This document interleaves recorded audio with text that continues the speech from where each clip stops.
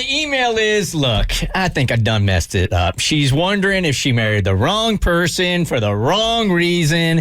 Is it even possible to turn it around at this point? Look, if you got something going on in your life, there's going to be somebody in Bert Show fam that can give you some advice. Hit us up at thebertshow.com. Kristen has the email. All right, I'm looking for some advice from other married women or maybe even other married men.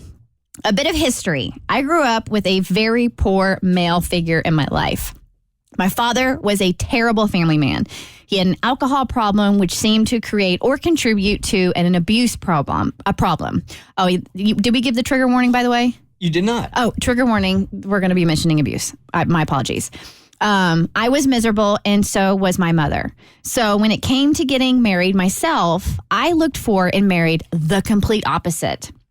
Unfortunately, he was also a guy that I was never crazy about. We had very little physical chemistry, but because he was super stable, reliable, and the opposite of my father, I thought he was the perfect person to marry. Neither of us had a serious relationship experience before each other. Now that we are married, most of the time, I want to be single again. I look at other hot men and I think I want to feel that way about my partner, but I don't. Well, I always wonder what I'm missing. Or am I just experiencing grass is greener syndrome, which I believe happens to all married people, no matter how much passion there was in the beginning? Is what I'm feeling normal? Or did I really make a mistake and marry the wrong person for the wrong reasons? God, how do we answer this? I think there's only one question that you need to ask yourself, and are you in love with this man? I mean, have you ever really been in love with this man? If the answer is yes, then this might be some kind of patch, and it's just like, it feels worse than it is. But if you can honestly say, I'm just not feeling that anymore, man, I mean, then life is short. Life is really, really short.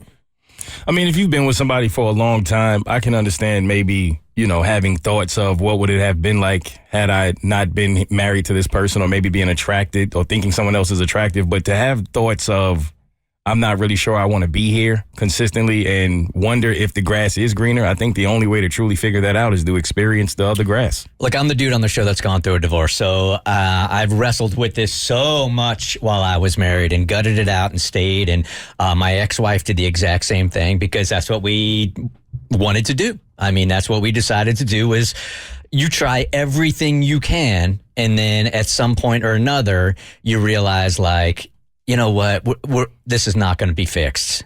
The love isn't there anymore, which is, I've told you guys before, is the most miserable thing I ever had to say. The love wasn't there anymore. And at that point or another, we decided that, look, she and I are both fighters, and we could have stayed in that relationship for 50 years fighting to succeed. But what is the definition of success there? Just because you're still married? Like, how many married couples take so much pride in being married for 50 years, but they've hated each other for 30. That, to me, is not a successful marriage. Just because you're together, that's not successful.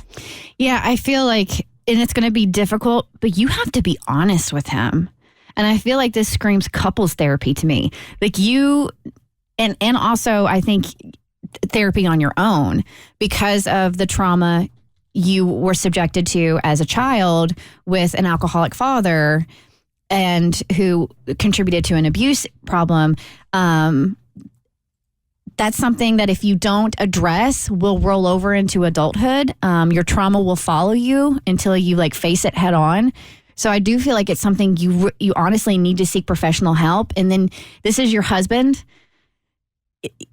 You owe it to yourself and him to try to make it work. And the only way that's going to happen is if you're honest about the situation and some of these conflicting feelings you're having.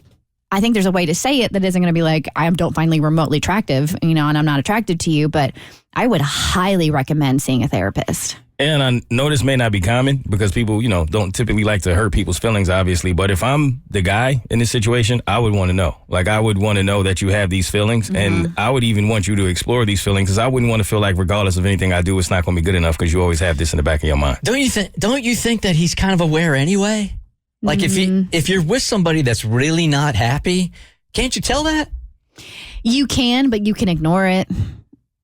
True. Plus, women seem to be really good at that. you know, to be in a We've had relationship. many a woman call up. Yeah. They've been pretty good at that pretending thing. Yeah. Yeah, this is kind of like one of those, I'm so stuck. I feel so stuck. Well, I really believe like nobody is stuck. The hard thing to do is to take off.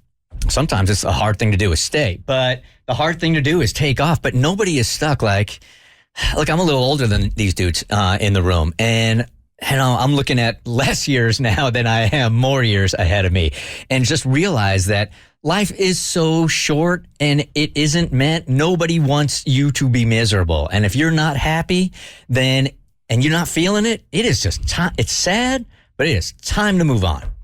I know some people consider this the 80-20 rule, right? Like, don't go out there and try to get to 20 and lose your 80 because you think you're missing anything. But if you don't know, how would you try? The Bert Show.